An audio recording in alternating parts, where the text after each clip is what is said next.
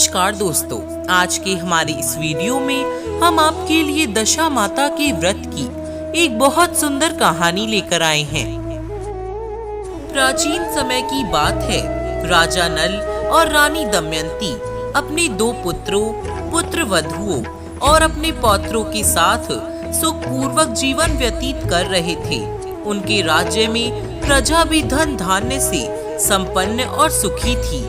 एक दिन राजमहल में एक ब्राह्मणी आई और रानी से बोली, हे रानी, दशा का डोरा ले लो, इसकी पूजा करके अपने गले में बांध लेना, जिससे आपके घर में सुख समृद्धि बनी रहेगी। ऐसा सुनकर रानी ने डोरा ले लिया और विधि के अनुसार पूजन करके अपने गले में बांध लिया। एक दिन राजा का ध्यान रानी के गले में बंधे उस डोरे पर गया और उन्होंने आश्चर्य से पूछा, हे रानी, आपने इतने हीरे जवाहरात के बीच में ये मामूली सा धागा क्यों पहन रखा है? और रानी के कुछ बोलने से पहले ही राजा ने धागे को तोड़कर जमीन पर फेंक दिया। रानी ने दौड़कर धागे को उठाया और उसे पानी में घोलकर पी गई। उन्होंने रुष्ट होकर राजा से कहा, हे राजा, ये दशा माता का धागा था, आपको इसका अपमान नहीं करना चाहिए था। राजा ने इस पर कुछ ध्यान नहीं दिया। एक दिन जब राजा नल सो रहे थे तो उन्होंने स्वप्न में एक बुढ़िया माता को महल में आते हुए देखा और माता लक्ष्मी को महल से जाते हुए देखा। राजा ने प्रातः होते ही सारा स्वप्न रानी दमयंती को कह सुनाया। रानी बोली, हे महाराज, आपने हमारी अच्छी दशा को जाते हुए और बुरी दशा को आते हुए देखा है, इसलिए हे महाराज, अब हमें यहाँ नहीं रुकना चाहिए। दोनों ने फैसला करके अपनी बहुओं को पीहर भेज दिया और पुत्रों को राजा भील के पास छोड़कर दो पौत्रों को लेकर देश छोड़कर चले गए। कुछ समय चलने के पश्चात राजा नल के सेठ मित्र का गांव आया। दूतों ने राजा नल के आगमन की खबर सेठ को सुनाई और बताया कि राजा, रानी और उनका पोता सब फटे हाल पैदल आ रहे हैं। यह सुनकर सेठ ने दूतों से कहा, हवेली में सेठानी और बहुएं क्या सोचेंगी कि कैसा दोस्त है मेरा, इसलिए बाहर वाले कमरे में उनकी रहने की व्यवस्था करवा दो। जिस कमरे में राजा नल और रानी दमयंती रुके थे, वहाँ मोर की तस्वीर की खूंटी पर सेठानी का 9 लखा हार टंगा था। देखते ही देखते वह तस्वीर का मोर हार को निगल गया। यह देखकर रानी दमयंती ने राजा से कहा, हे महाराज, यहाँ से तुरंत चलिए, नहीं तो सेठानी हम पर चोरी का इल्जाम लगा देंगी। राजा रानी अपने पोते के साथ किसी को बिना बताए आधी रात को वहीं से चल दिए। फिर कुछ दूर चलने के बाद राजा नल की बहन का गांव आया। राजा ने अपनी बहन तक अपने आने की खबर पहुंचाई। बहन के पूछने पर खबरी ने बताया, राजा, रानी और उनका एक पोता खराब हालत में पैदल आ रहे हैं। ऐसा सुनकर बहन ने कहा कि घर में सास और देवरानी क्या सोचेंगी, उनको पीपल के पेड़ के नीचे रुकने को बोल दो। कुछ देर बाद बहन एक थाली में मूंग और चावल लेकर अपने भाई से मिलने आई। राजा नल के हाथ लगाते ही मूंग और चावल कीड़े में बदल गए। यह देखकर रानी दमयंती आगे बढ़ी और जमीन पर गड्ढा खोदकर उस कीड़े से भरी थाली को उसमें गाड़ दिया। फिर राजा, रानी और उनका पोता वहां से चले गए। आगे चले तो उनको एक नदी मिली और उन्होंने वहां रुकने का फैसला किया।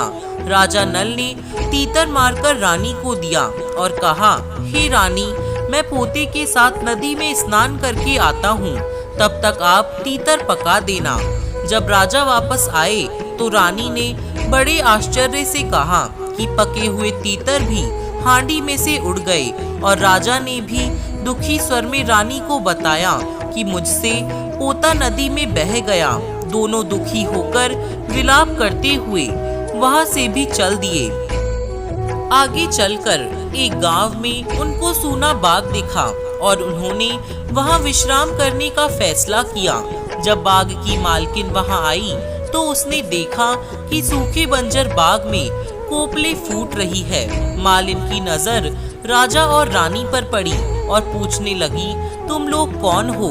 राजा ने उत्तर दिया कि हम मुसाफिर हैं और रहने की जगह ढूंढ रहे हैं।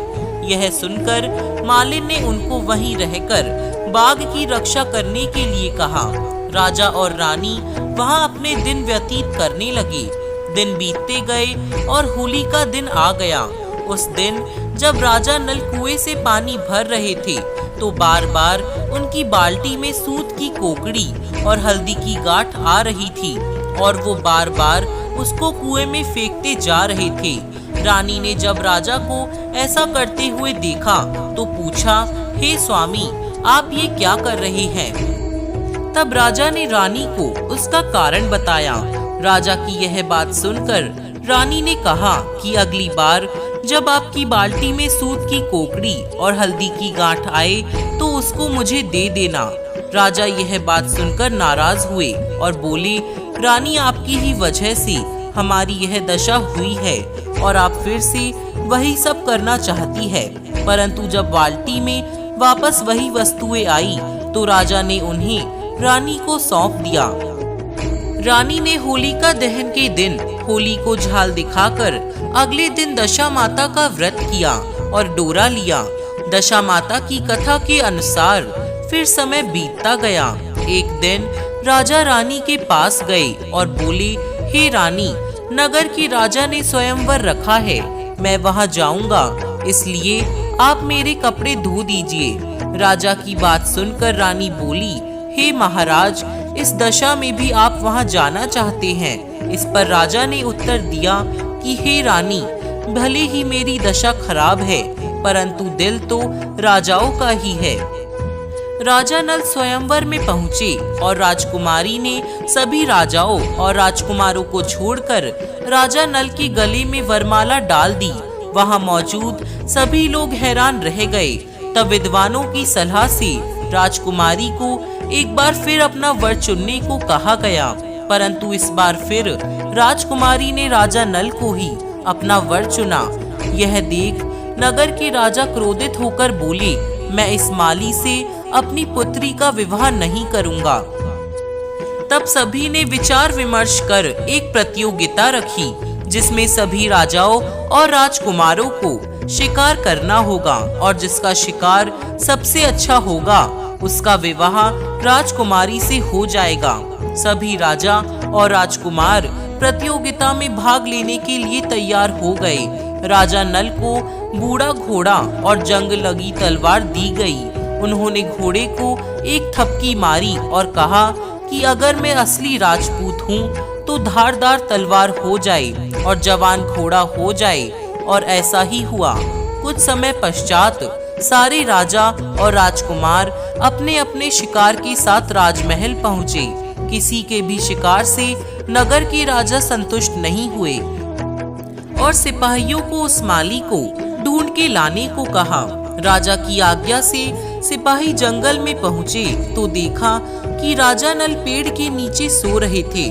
सिपाहियों ने उन्हें जगाकर शिकार के बारे में पूछा।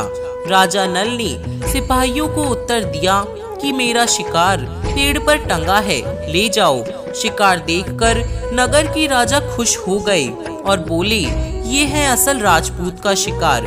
फिर नगर के राजा ने खुशी खुशी अपनी पुत्री का विवाह माली के साथ कर दिया। राजा नल अपनी नई रानी को लेकर बाग में आ गए। रानी दमयंती ने छोटी रानी का स्वागत किया। एक दिन जब दोनों रानी बाग में बैठी हुई थी तो रानी दमयंती छोटी रानी से बोली, रानी, आज तो अपने नगर में बिजली चमक रही है। रानी दमयंती की बात सुनकर छोटी रानी आश्चर्य से बोली, दीदी, अपना नगर भी है। रानी दमयंती ने उत्तर स्वरूप छोटी रानी को सारा हाल कह सुनाया। छोटी रानी ने अपने पिता के पास जाकर सारी बात बताई। नगर के राजा ने यह वृतांत सुनकर राजा नल से क्षमा मांगी और बहुत से हीरे, जवाहरात और घोड़े इत्यादि देकर उनको अपने नगर के लिए रवाना किया। चलते चलते रास्ते में नदी के किनारे उनको एक धोबिन मिली जिसके पास राजा नल का पोता था। धोबिन ने राजा और रानी को पोता सौंपते हुए कहा कि ये मुझे नदी के किनारे मिला था। राजा ने खुश होकर धोबिन को बहुत से हीरे जवाहरात दिए और पोते को लेकर वहां से चले गए। कुछ दूर आगे चले तो राजा की बहन का गांव आया। राजा ने बहन तक अपने आने की खबर पहुंचाई। बहन ने दूत से पूछा कि वे लोग कैसे आ रहे हैं। तो दूत बोला, इस बार बहुत से हीरे जवाहरात लेकर धन धान्य के साथ आ रहे हैं। इस पर बहन बोली कि उन्हें मेरे महल में ले आओ। जब रानी दमयंती को ये खबर मिली तो वो कहने लगी, नहीं बाई जी, हम तो उसी पीपल के पेड़ के नीचे रुक जाएंगे। कुछ देर बाद बहन बहुत से पकवान और मिष्ठान आदि बनाकर ले आई।